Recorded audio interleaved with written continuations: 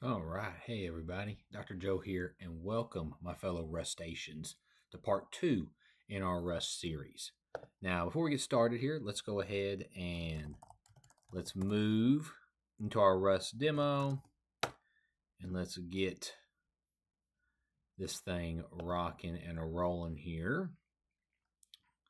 Okay, so this is where we left off last time. If we remember here before, um, in the last video, we got Rust installed. We set up the extension Rust Analyzer in VS Code, and we also created our first little program here. Now, the goal is to actually start learning the language. So today we're going to cover variables, mutability, functions, and also give you a first look at ownership in Rust. And these are foundational. If you understand this video, you'll be in a really strong position moving forward. Now, in our main function here, in our main.rust file here, I want us to just do a simple, let's delete everything and let's just follow along with me. So I'm going to say let x equals 5. I'm going to say print line. We'll say x is. We'll do our curly braces, step out and say x. Okay. And then we'll say, we'll say cargo run. Oh, I need to save. Good reminder. Let's do Control S to save. Rerun. Building it here. New binary. Boom. We say x is 5. Perfect. So it's simple enough. But here's our first important idea today. In Rust, variables are immutable by default. So let's test that out, shall we? Let's try changing our value. So we have let x equals 5. I'm going to say x is equal to 10 in the second slot there. And then we're going to try to print our line out. And let's try to, which we see we're already getting a line here, but let's try to run it. See what happens. Let's look down here in the terminal. And let's scroll up here. It says, okay, cannot assign twice to a mutable variable. It says right here, issue with x equals to 10, cannot assign twice. And it says, hey, you may want to consider making this binding to this variable mutable with the mute keyword.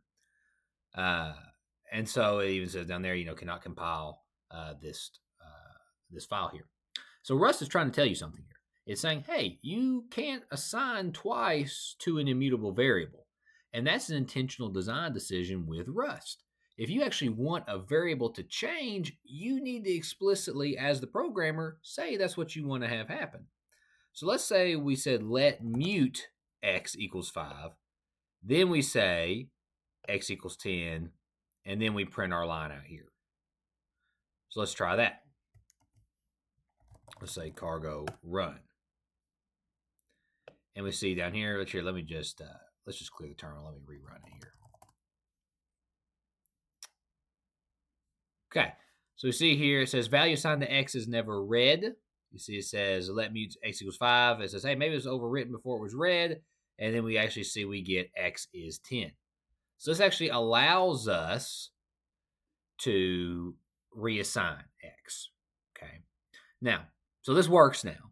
And the important thing here is just for us to understand that Rust makes us be very explicit when we talk about change. And that can feel annoying at first, but it actually leads to safer, more predictable code. Now, I also want to talk about something called shadowing. And this is another very rusty concept, if that's a valid way to say this. So I'm going to say, let's say let x equals 5. I don't like it when it does that kind of. There we go. All right, let x equals 5. Then let me go down here to our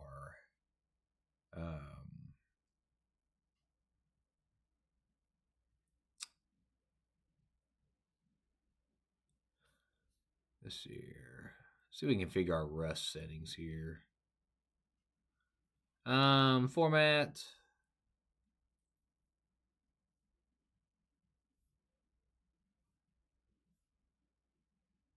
And this is just for our Rust. See if I can just change this to false. I really would prefer to not have all these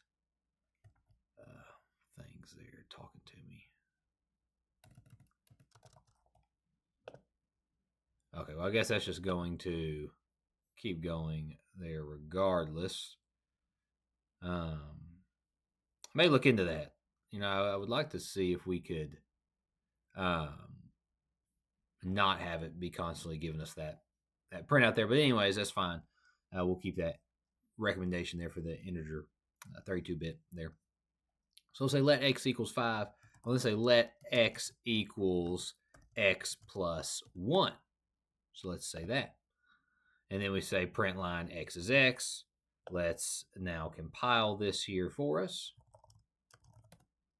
Okay, we build it. It says, okay, hey, x is 6. That runs no problem. So what did I just do? Well, this is what we call in Rust shadowing. Okay, we are not mutating x. We are creating a new x that replaces the old one. And now this is very common in Rust and often preferred over mutation. Okay, so if you ever see something like this is what we call shadowing. Now, let's introduce functions. So let's say I have my main function, and in here I invoke the greet function. And now down here, I'm going to say, okay, we'll say function greet. We'll go down here and we'll say print line. We'll say hello from a function as such. And now let's run this here. And you see, of course, we get our output there, hello from a function. Okay. So it's pretty simple. We have our main, right? We then invoke another function that we have created. Nothing too crazy here. But let's see about adding a parameter. Maybe I want to say, let's add in a string there. Greet Joe. And then in greet up here, I'm going to say, okay, this is going to have a parameter name. We're going to do an ampersand str there. Okay. And then I'm going to change this to say hello, comma, bracket, exclamation mark. And then right here, we will then say name as such. Okay. And then we'll save that, run it. It says, hello, Joe. Perfect, no problem. Now, Rust, whenever we're adding parameters to our functions, Rust actually requires type annotations in our function parameters. And so essentially what I'm saying here is I'm saying I have a parameter named name, and then after the colon, I am giving the type annotation. And so the ampersand str means a string slice reference. Once again, we're not going to go too deep there just yet, but that's what we're talking about. So we have our name there, Joe. Perfect. Okay, I'm back. It was bugging me too much. I think I found a couple of extra settings we can add here for Rust to make those things go away. So let's see if we can. Let's see.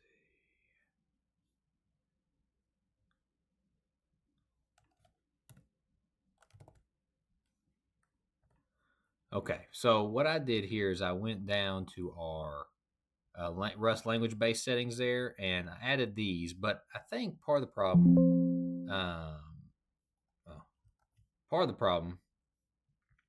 is I think also with Rust Analyzer, we also are having some issues there. So let's see if we can actually look up. And I just did control comma or command comma. Let's see if we can have our, maybe we say inline.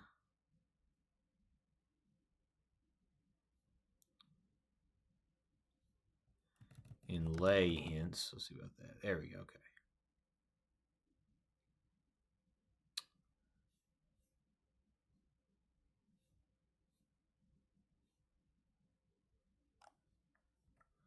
So we really want inlay hints enable.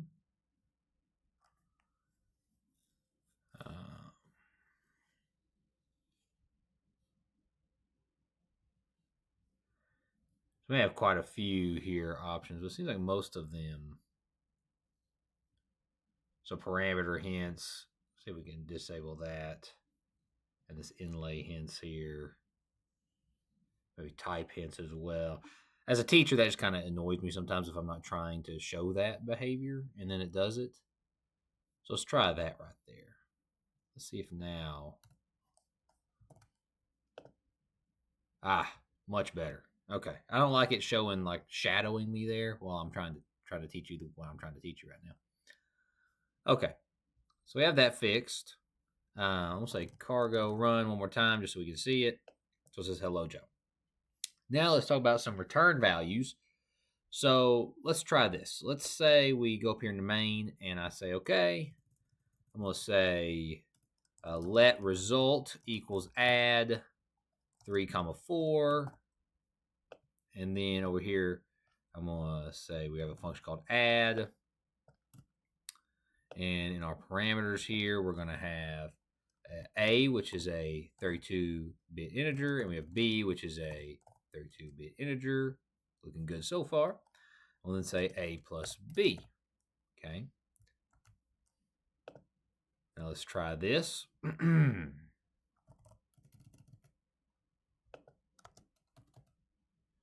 say cargo run.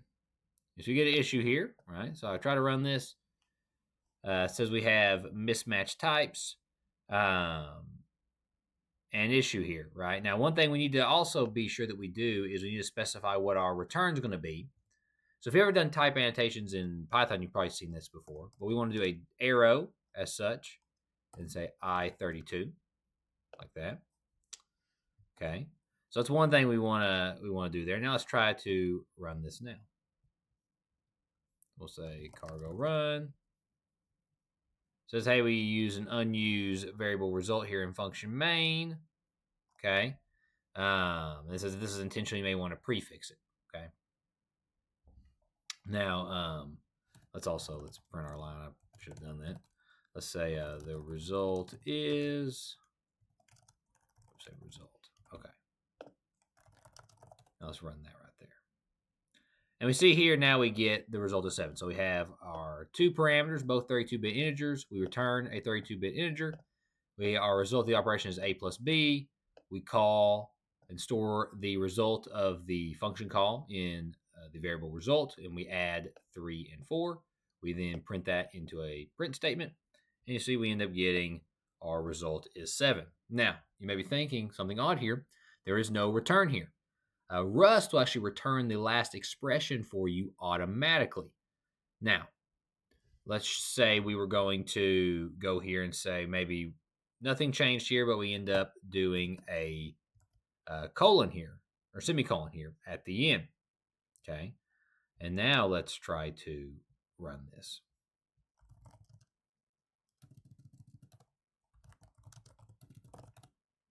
Okay. You see we end up getting a mismatched type. It says, okay, well, I expected I32 found parenthesis. It says, hey, I could not compile this. Okay.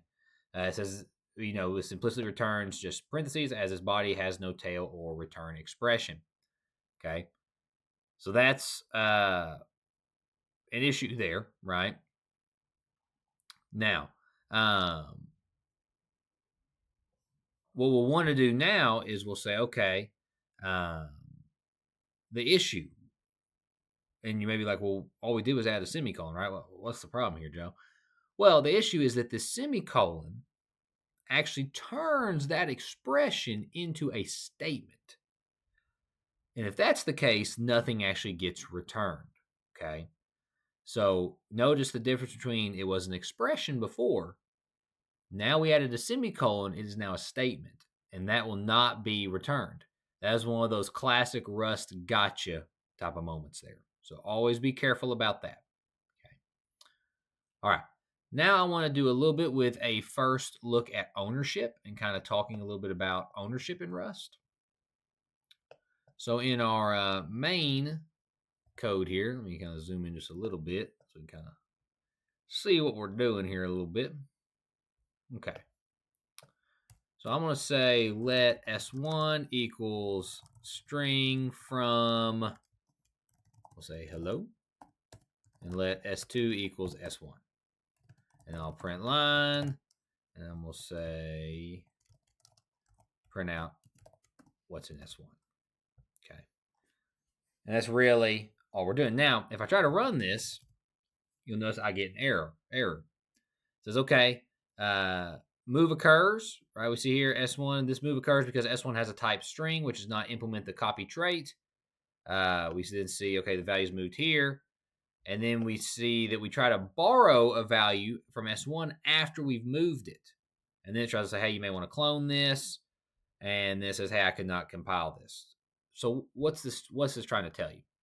Well, in Rust, when we assign S1 to S2, okay, the value is actually moved. It's not copied. So what does that mean? Well, that means that S1 is actually no longer valid, okay? So we could fix this with a cloning operation. We could say, well, let S2 equals S1 dot clone. We could clone it, okay? And then we could run. I don't like it when it does that, to be honest with you. Oh, well, okay, whatever. So you see, no problem there. We get a little bit of a thing saying, hey, if this is intentional, you may want to like prepend an underscore, whatever. We get our hello. Okay, so that prints it out, no problem. So what's the thing? This is really your first exposure here to ownership in Rust. What Rust does is it actually tracks who owns the data to prevent memory bungs. So it's very particular about that. You don't need to master this yet or worry about it, but I would say you do need to be aware of it. So whenever you're doing those reassignments, the data is actually being moved unless you're actually doing something that has a copy trait or you're cloning it. Okay. So that covers today's video where we looked at variables and immutability, mutability with the mute keyword, shadowing in Rust, functions and return values, and a little demo of ownership. And if Rust feels a little strict to you right now, that's okay. That's a normal thing. But the strictness is really what ends up giving it its power. So in the next video, we're going to look more in depth with strings versus string slices, references, and borrowing. I think at that point, that's when Rust is really going to start clicking for you. Hope you've enjoyed the video, my fellow Rustaceans, and I'll see you next time. Bye-bye.